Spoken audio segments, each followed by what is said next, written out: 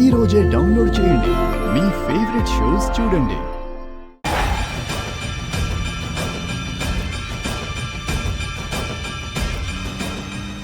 ఈ పద్మాక్షితో పెట్టుకోవాలి అంటే సరాసరి నరకానికి పంపించేంత వరకు ఈ పద్మాక్షి నిద్రపోదు.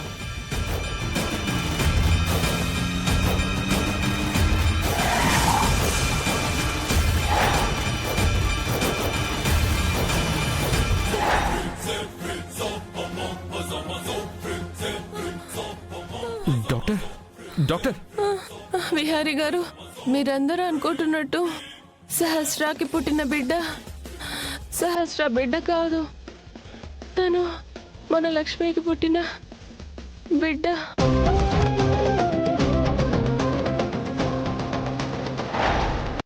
నా లక్ష్మికి పుట్టిన బిడ్డ.